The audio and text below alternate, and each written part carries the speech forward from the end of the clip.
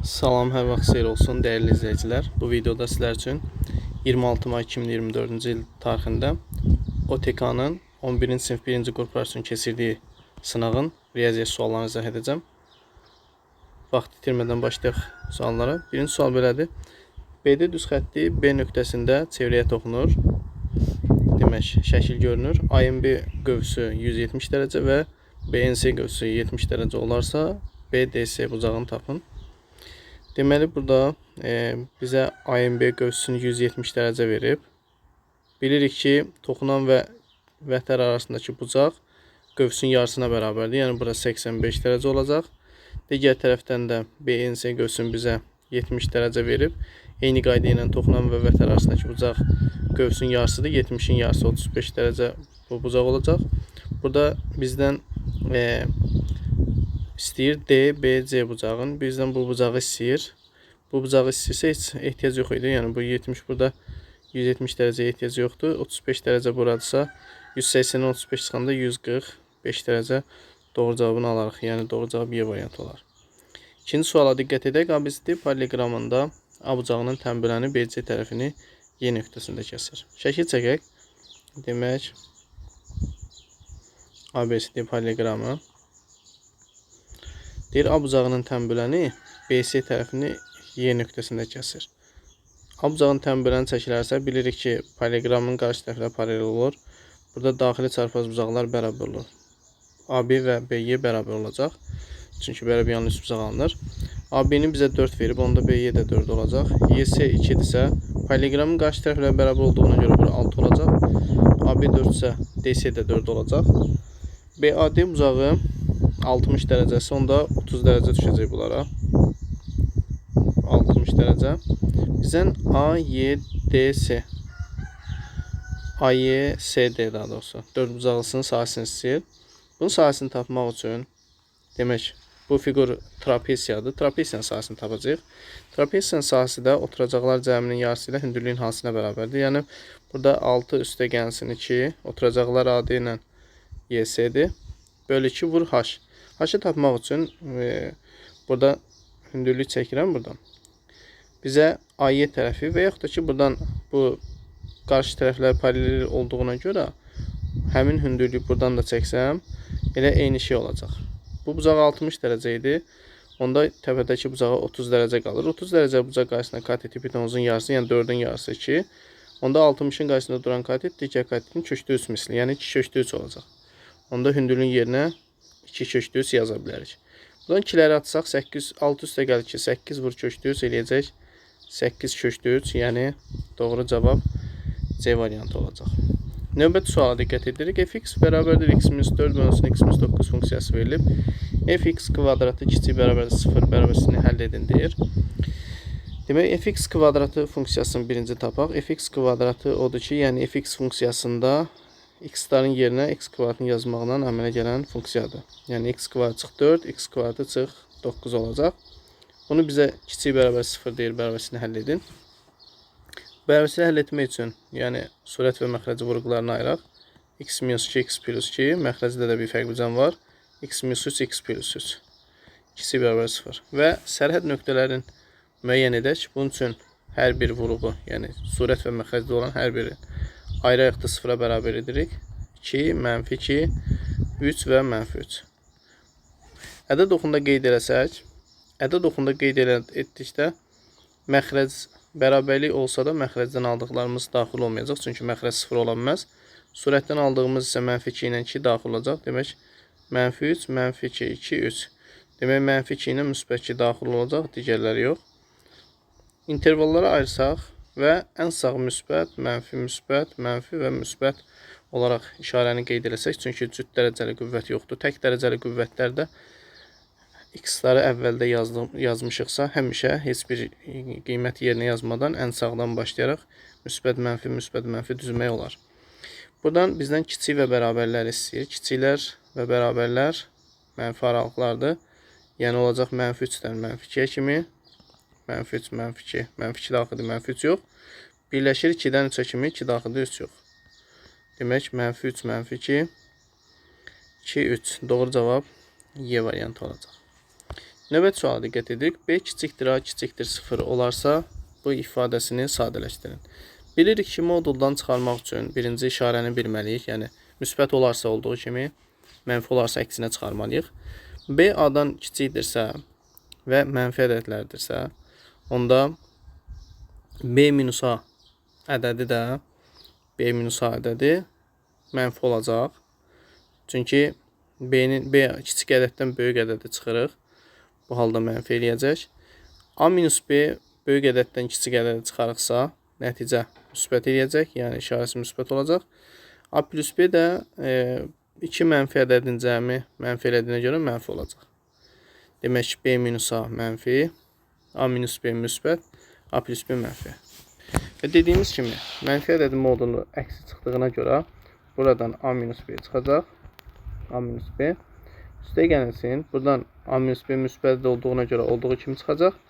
Və A plus B mənfi olduğuna görə qarşısına bir mənfi atılacaq. Mənfi də təsir edəcək. Minus A minus B kimi çıxacaq. Bu da bizə verəcək nə? A mənfi A ilə gedəcək. Burada qalacaq müsbət bir dənə A və 3 dənə də mənfi B qalıb. Minus 3B. Demək, A minus 3B doğru cavab D variantı olacaq. Növbəti 5-ci suala diqqət edək. 5-ci sualda bizə verib kosinus kvadrat x bərabərdir. Kosinus kvadratı pi bölü 2 minus x minus 1. Bilirik ki, 90 dərəcədə trigonometrik funksiyanın adı dəyişirdi. Yəni, sinus olacaq. Yəni, kosinus kvadrat x bərabərdir. Burada rübə baxmayacaq. Çünki kvadratdır onsuz da, yəni mənfi olsa belə müsbət eləyəcək. Onsuz da kvadratdır. Burada sadəcə olaraq ad dəyişib dəyişmədiyinə diqqət edəcək. Kosinus kvadratı olacaq sinus kvadrat x minus 1. Sinus kvadratını sol tərəfə atsaq, kosinus kvadrat x çıxılsın sinus kvadrat x bərabərdir mənfi 1 alarıq. Bu da kosinus 2 alfanın düsturunu verər bizə. Kosinus 2x bərabərdir mənfi 1. Və bu da xüsusi haldır. Mənfi 1 alır pi plus 2 pi k-da. Və 2-yə bölsək, pi bölünsün 2 plus 2 pi k-nı da 2-yə böləndə pi k doğru cavabını alarıq. Yəni, doğru cavab D variantı olar. Növbəti 6-cı suala diqqət edirik. ABC üçbucağında A 75, B 45 olarsa, AC də 4 cm olarsa, AB-ni tapın. Üçbucağı qeyd edək. ABC üçbucağı. Demək, A bucağı 75 dərəcə, B bucağı 45 dərəcə, B elədir 120 dərəcə, bura qaldı 60 dərəcə. Çünki üçbucağın daxili bucaqlarının cəmi 180-dir. AC-ni 4, bizdən AB-ni istəyir x. Sinuslar teoremi tətbiq etsək, yəni x-in sinusu 60 dərəcə nisbəti bərabərdir 4-ün də sinus 45 dərəcə nisbətinə. Çarpaz vursaq x vurulsun sinus 45 dərəcə, yəni köşdə 2 bölü 2 bərabər 4 vurulsun sinus 60 dərəcə, yəni köşdə 3 bölünsün 2. İkiləri ixtisar etsək və bərabərliyin hər iki tərəfini köşdə 2-yə vuraq ki, x-in qarşısında yanındakı ədəd rasional olsun. Yəni, bu da eləyəcək köşdə 2-yə vursaq 2x, köşdə 2-yə vuranda 4 köşdə 6 eləyəcək bu. Bunu da 2-yə bölsək 2 köşdə 6 olduğunu alarıq. Yəni, doğru cavab C variantı olar. Növbəti suala diqqət edirik. AB əgər paraleldirsə, bu formada olan misallarda içəridə yaranan bucaqların cəmi çöldəkinə bərabərdir. X plus 49 dərəcə bərabərdir 70 dərəcə. Buradan x bərabərdir 21 dərəcə alarıq və yaxud da ki, 3 bucağı tamamlamaqla həll eləyə bilərsiniz. 49 ise çarpaz bucaqlar bərabərdir 49. 3 bucağın xarici bucağı alındı burada. Xarici bucaq ona qonşu olmayan ki, daxili bucağın cəminə bərabərdir. Növbəti 8-ci suala diqqət edirik. Diqqət etsək soldakılara görərik ki, hər ikisinin əsası 4 olduğuna görə onda qüvvətlər toplanacaq. Loqaritm ölçüsüdən 2, üstəgəlsin loqaritm ölçüsüdən 2. Vurmada qüvvətlər toplanır deyə bərabərdir. Sağ tərəfi də 16-nın 4-ün kvadratı yazsaq. Sağda və solda əsaslar eyni qalarsa, yəni bir dənə olarsa sağda da, solda da ata bilərik. Onda sol tərəfdə loqaritmanın əsasları da eyni olduğuna görə üstləri vurulacaq. Yəni loqaritma 3 əsasdan 2 vur x qalacaq. Bərabərdir 2. Bu da düstur tətbiq etsək, yəni 2x bölü 3-ün kvadratı 9. X bərabər 9-un yarısı 4,5. Yəni doğru cavab Y variantı olar. 9-cu suala diqqət edirik. 9-cu sualda bizə deyir ki, şəkildəki ABCD düzbucaqlısının sahəsi f funksiyası ilə perimetr isə J funksiyası ilə işarə edilmişdir. F J1-i deyir tapın. Bu yazılışı biz f J1 formasında da yaza bilərik. Yəni bir mürəkkəb funksiyadır. J1. Burada J düzbucaqlının perimetridir. J funksiyası perimetrdirsə, onda perimetr 2 vurulsun A plus B üstündən tapılır. Bunun tərəflərinin cəmi. Yəni 2x plus 1 ilə x plus 2-nin cəmi. O da bərabərdir 2 vurulsun 3x plus 3. İndi biz birinci növbədə J1-i tapmalıyıq. J1 onda x-in yerinə 1 yazmaqla tapılacaq. 2 vurulsun 3 üstə gəl 3 6. Bu da 12 eləyəcək. Yəni f J1 bərabərdir f 12-yə. F funksiyası isə düzbucaqlının sahəsini bilir. Düzbucaqlının sahəsi də eni ilə uzunluğunun hasilinə bərabərdir. Yəni x plus 2 vurulsun 2x plus 1. Biz bu funksiyada f(x)in yerinə 12-ni yazmaqla tapacağıq. 12 üstə gəlir ki 14 eləyəcək. 12 2-yə vuranda 24, üstündən 1 gələndə 25. Yəni 14 vurulsun 25. Bu da bizə verəcək 50 vurulsun 7, 350. Burada cavablarda nöqsan var. Yəni cavab 350 olacaq. Növbəti 10-cu suala diqqət edirik. Bərabəryanlı düzbucaqlı üçbucağın sahəsi 9 olarsa, hipotenuzun uzunluğunu tapın. Bərabəryanlı düzbucaqlı üçbucağın tərəfləri, katetləri AA olarsa, hipotenuz A kökdəki olacaq. Sahəni tapmaq üçün katetləri hasilinin yarısı ilə tapa bilərik. Yəni A kvadratı bölü 2. Bunu bizə 9 verib. Onda A kvadratı bərabərdir 18. Biz A-nı kök altında 18 yazıram. Bizdən hipotenuzun uzunluğunu istəyir, yəni A kökdəki. A kökdəkini tapmaq üçün kökdə 18-i kökdə 2-yə vuracaq, kökdə 36 eləyəcək. Buradan da 6 çıxacaq, yəni C variantı. Növbəti 11-ci suala diqqət edin. Diagonalların sayı 35 olan düzgün qabarıq çoxbucaqlı. Demək, düzgün qabarıq çoxbucağının diagonalların sayı n vurulsun n minus 3 bölünsün 2 düsturundan tapılır. Bunu bizə 35 verib, onda n vurulsun n minus 3, n kvadratı çıx 3n. 2-ni də 35-ə vuranda 70 çıx 70 bərabər 0. Hasili mənfi 70 cəmi 3 eləyən ədəd mənfi 7 və müsbət 10-dur. Demək, mənfi olmaz, tərəflərin sayı 10. Demək, bu 10 bucaqlıymış. Bir təpədən çıxan, bir təpədəki xarici bucağı 360 bölün üstündən tapılır. 360-ı 10-a bölsək, bu da 36 dərəcə verəcək Y variantı. 12-ci sualda məxrəci 210 olan düzgün kəsirlərin neçəsi ixtisar olunmayandır.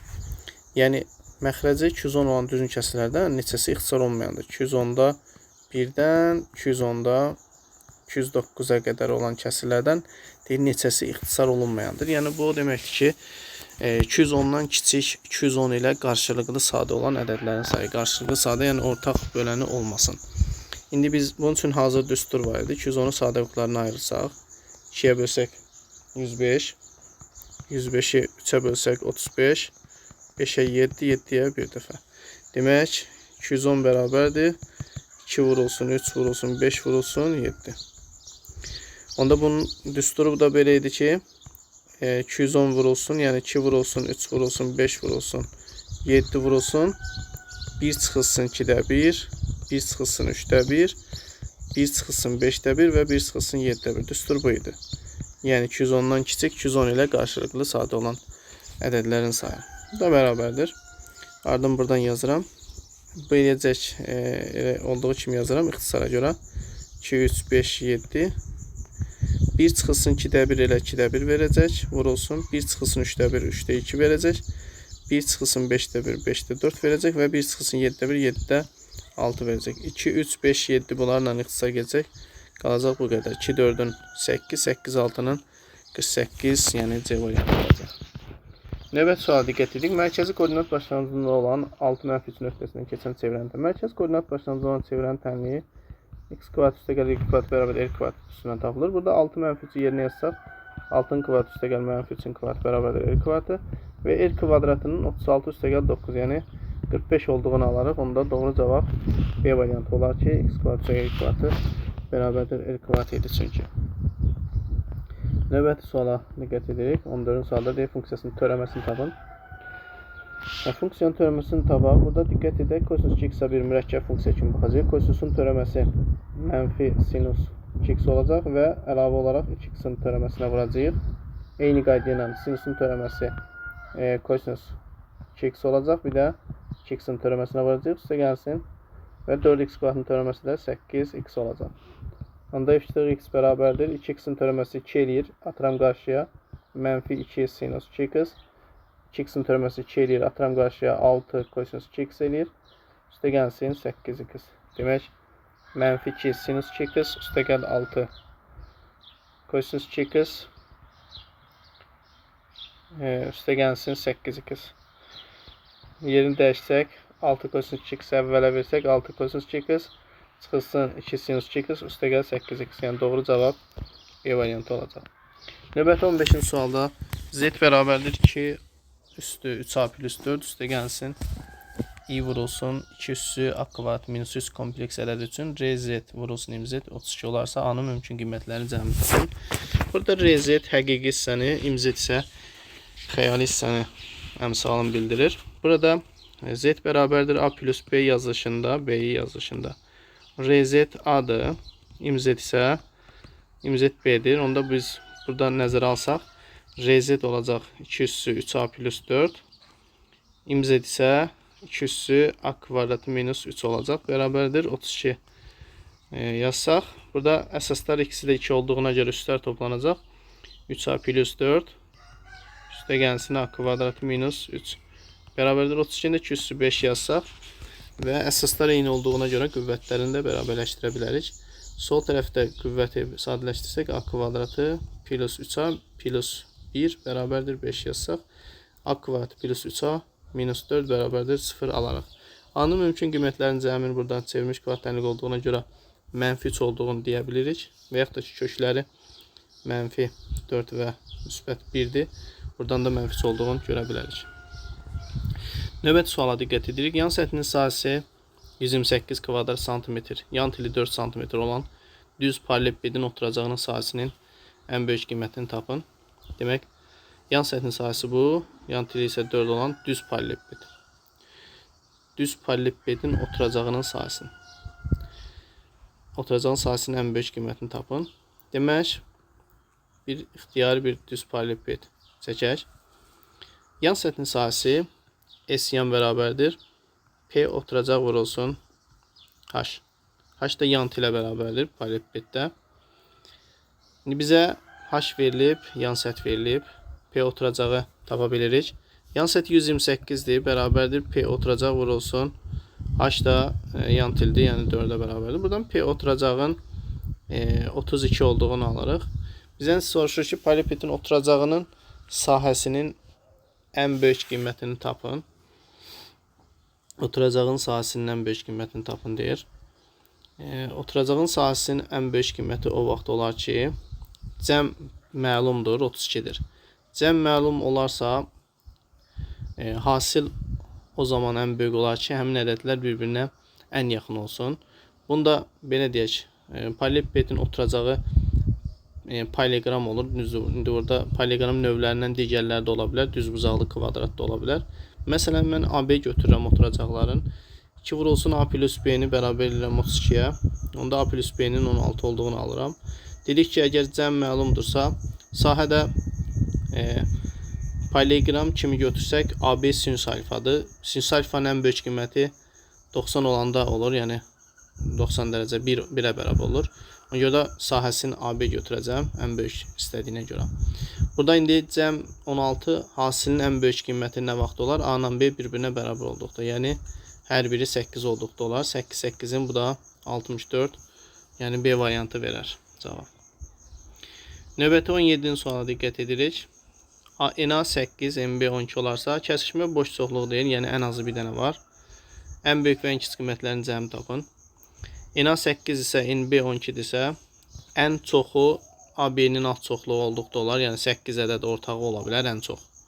Demək, kəsişmənin ən çox qiyməti 8. Dedik, kəsişmə fərqlidirsə boş çoxluqdan, ən az da bir dənə ola bilər. Deyir, ən böyük və ən kiçik qiymətlərini cəmi tapın.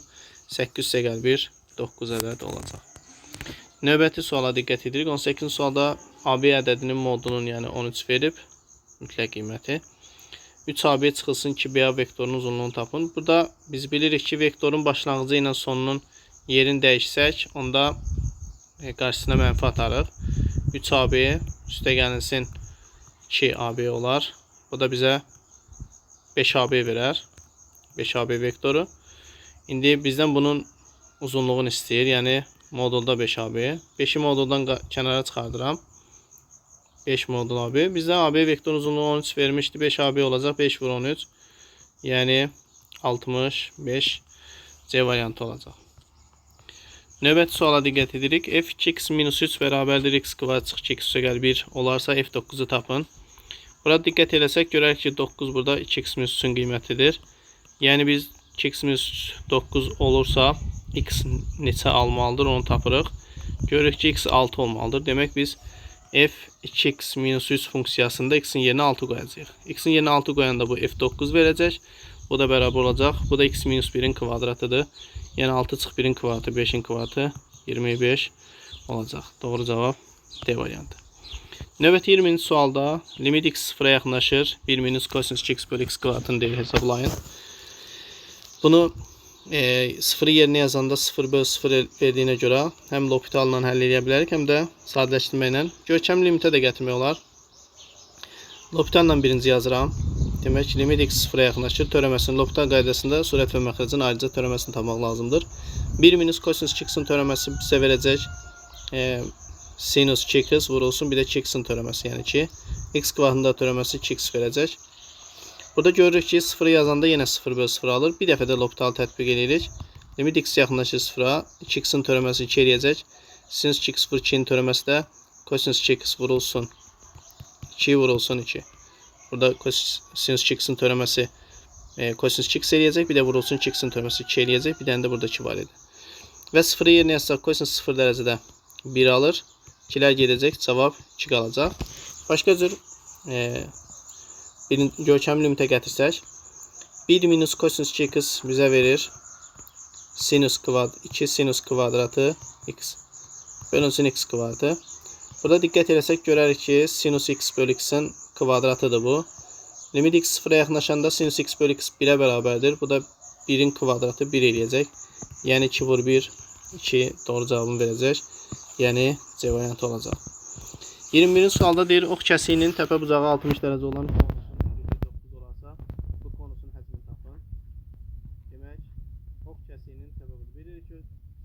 konusun ox kəsiyi bərabərli bucaqdır. Təpə bucağı 60 dərəcədir. Onda belə çıxır bu bərabər tərəfli bucaqdır. Yan fil. Yəni doğuran diametrə bərabərdir oturacağın diametrinə. Hündürlük 9 ise onda bu bucaq 30 dərəcə olacaq. Bu konusun həzmini istəyir bizdən. Konusun həzm düsturu D1 isə oturacaq vurulsun h-dır. Bizə oturacağın radiusu lazımdır. 30 dərəcə ise buradakı bucaq 60 dərəcə olacaq. 30 dərəcə bucaq qarşısında katetik olduğu yarısı 60'ın qarşısındakı köşk 4 misli olduğuna görə bura 3 köşk 4 olacaq. Çünki 3 köşk 4'ün köşk 4 misli toplu eləyir. Demək radius 3 köşk 4 olacaq. Radius 3 köşk 4 olacaqsa gətirib yerinə yazsaq s oturacaq pi r kvadratı 3 köşk 4'ün kvadratı 27 eləyəcək. Vurulsun h-daki 9 edir. Üstündən 9 gələcək 3 dəfə. Bu da bizə 81 pini verəcək. Doğru cavab C variantı olacaq. Növbəti 22-ci sual. Deyil alfa irrasional ədəd olarsa aşağıdakilərdən hansı həmişə doğrudur? Alfa minus 18 irrasional ədəddir. Elə doğru cavab A variantı olacaq. Çünki irrasional ədədlə rasional ədədin fərqi həmişə irrasional olacaq. Bu da elə bizdən onu istəyirdi. B niyə olmaz? Alfa vur köşkdə 6 irrasional ədəddir. Bu rasional ədəddir ola bilər, olmaya da bilər. Ona görə B doğru deyil. Rasional ədəddir. Yenə deyir. Ola da bilər, olmaya da bilər. Rasional 1 bölünsün A minus 1 rasional ədəddir. Xeyr. İrrasional olacaq. Mənfi 2 köşkdə 1 ise irrasional ədəddir. Xeyr. Bu da ola da bilər, olmaya da bilər. Demək, həmişə doğru olan A variantı olacaq. Növbəti suala diqqət edirik. Tənasübün orta ədlərinin cəmi 8, kənar ədlərinin hasılı 16 olmasa orta ədlərin kvadratları cəmi. Bir dənə tənasüb yazaq. Məsələn, A bölü B bərabərdir C bölünsün D. Orta ədlərinin cəmi, yəni B plus C bərabər 8. Kənar ədlərin hasılı A vur D. A vur D bərabərdir 16 olarsa, orta ədlərin kvadratları cəmi, yəni B kvadrat üstəgəl C kvadrat. Buna müxtəsər məsəlunu tətbiq edəsək, B plus C-nin kvadratı çıxılsın 2BC yazsaq. B plus C 8'in kvadratı çıx 2BC. Burada diqqət etsək, xassəni tətbiq edəsək, kənar ədlərin hasılı orta ədlərin hasılına bərabərdir. Yəni A vur D, B vur C-yə bərabərdir. Bu da 16'dır. Yəni 2 vurulsun 16. Bu da 64 çıxılsın 32. Bu da cavab 32 verəcək. 24-cü suala diqqət edirik.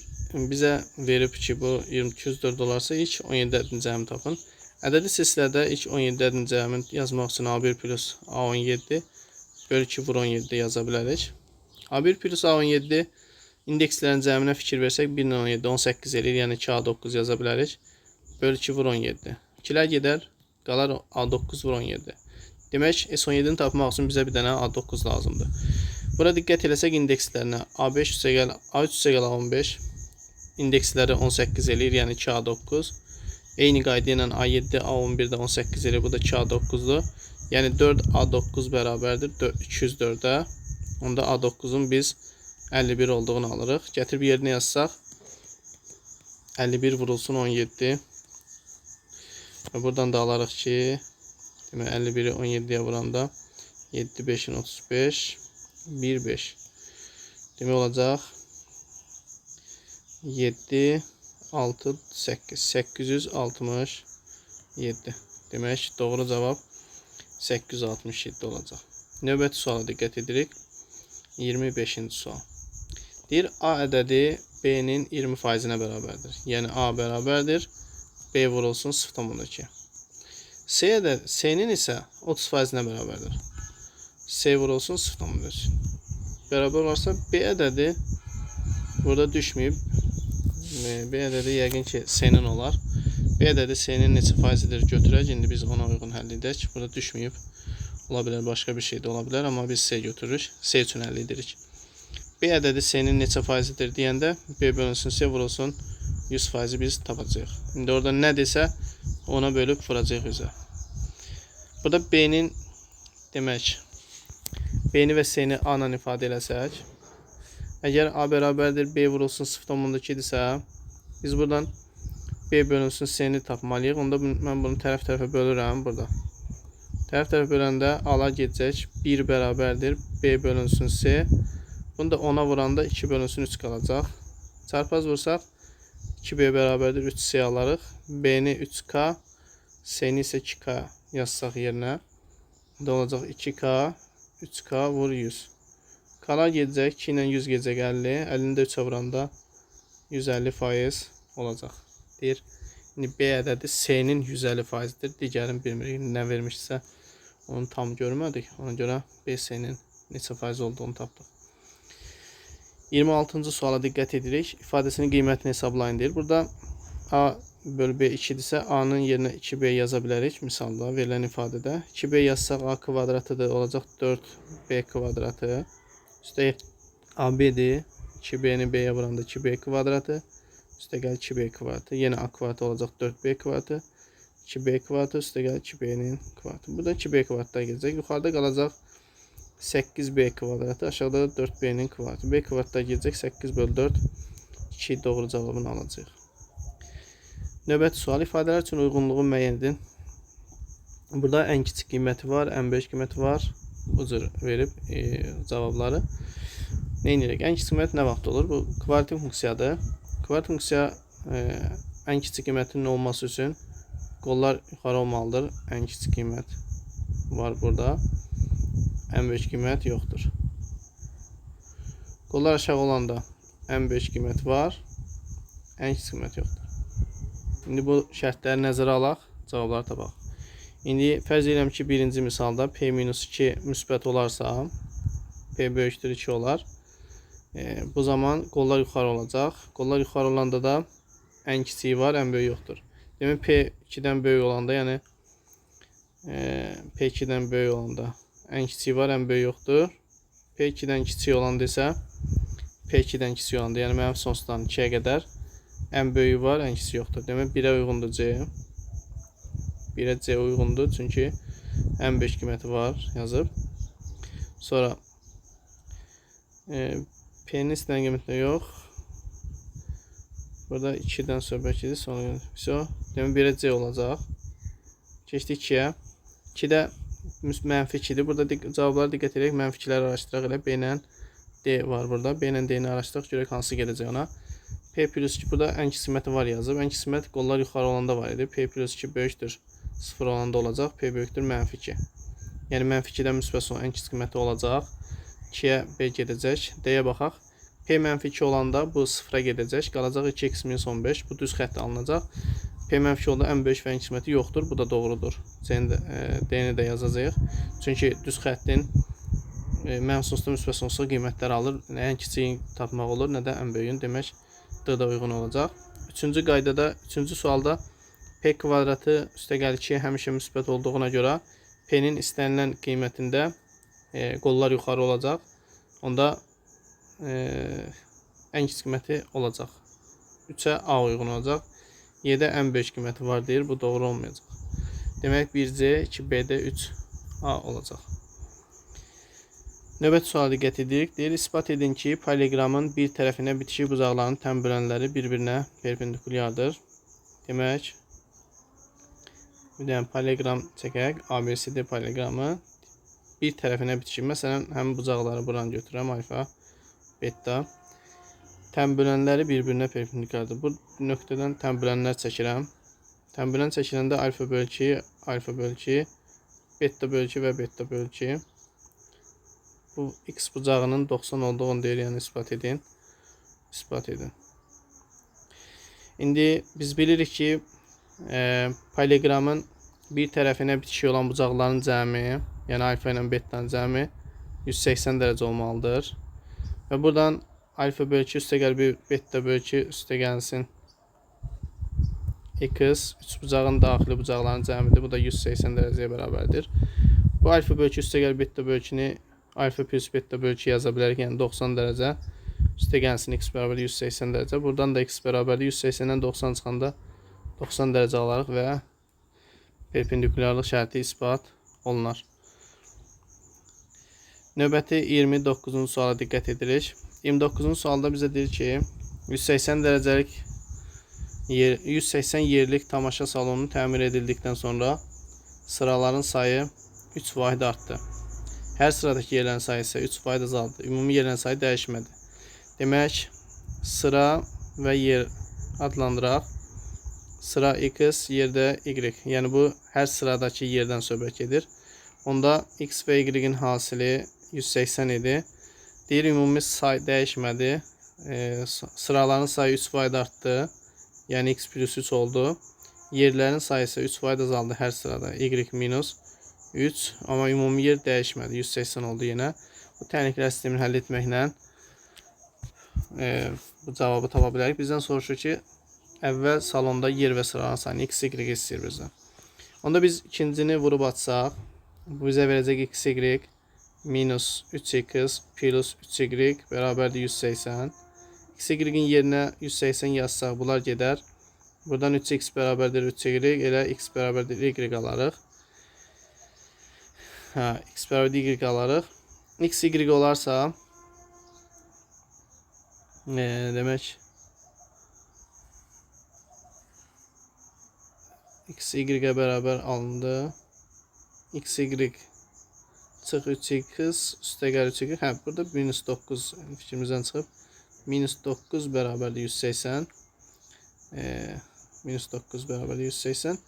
Burada onda olacaq necə? 3x atıram sağ tərəfə. Minus 3y bərabərdir mənfi 9. 3-ə bölürəm. X minus y bərabərdir mənfi 3 alınır. Buradan x bərabərdir y minus 3 alarıq. Və yerinə yazsaq x-in yerinə. Onda y minus 3 vurulsun y bərabərdir 180. Vurub atsaq y kvadratı minus 3y minus 180 bərabərdir 0 alarıq. Burada Viet teoremi tətbiq edəcək. Hasili mənfi 180 cəmi müsbət 3 eləyən ədəd. Mənfi 15 və müsbət, daha doğrusu müsbət 15 və mənfi 12 alarıq. Vuranda 150, o da 30, 180. Toplayanda da müsbət 3. Bu mənfi olmaz sıra sayı, yer sayı. 15 götürəcək. Demək, y 15 imiş. Y-in 15 qiymətini gətirib yerinə yazsaq və burada. Onda x bərabər olacaq 15 çıxıyız 12. Bizdən də əvvəlki qiymətini soruşurdu. 15 və 12 olacaq. Və sonuncu suala diqqət edək. 20 nəfərlik idmançı qrupundan təsadüfən seçilən 2 nəfərin hər ikisinin də üzgüsü olma ehtimalı 38-də 9-dur. Qrupda neçə üzgüsü var? Demək, 20 nəfərlik idmançı qrupundan təsadüfən seçilən 2 nəfərin hər ikisi üzgüçü. Demək, üzgüçülərin sayı x, digərləri 20 minus x, ümumi də 20-dir. 2 nəfər seçilibsə, kombinezon 20 elementdən 2 məxrəcli olacaq. Üzgüçülərin sayı, hər ikisinin üzgüsü olma ehtimalı kombinezon x elementdən 2 olacaq. Bərabərdir 38-də 9-a. Bunu həll edəcəyik. Kombinezon 20 elementdən 2 bu bizə verəcək 20 faktorial bölünsün 18 faktorial vur 2 faktorial. Yəni 20 faktorial 18 faktorial 2 faktorial. Sürətdə də x faktorial x minus 2 faktorial bir də 2 faktorial. Bərabərdir 38-də 9. Buradan 2 faktorialları atıram. X faktorialı x minus 2 faktorial böləndə x minus 1 vur x qalır. X minus 1 vur x. Məxrəcdə 20 faktorial 18 faktorial böləndə 19-dan 20 qalır. Bərabərdir 38-də 9. Buradan 19-dan 38 gedəcək. 2 qalacaq. 2 ilə də 20 gedəcək 10 qalacaq. 9 vur 10 90 edəcək. Yəni x minus 1 vurulsun x bərabərdir 90 edir. Buradan açıq-aşkar görsənir x-in 10 olduğu. Çünki 10 olanda 10 vurulsun 9 90 edəcək. X 10 imiş. X da üzgüçülərin sayını bildirirdi. Deyir neçə üzgüçü var? Cavab 10 nəfər olacaq. Sağ olun dəyərli izləyicilər. İzlədiyiniz üçün təşəkkür edirəm. Növbəti videoda görüşmək üzrə.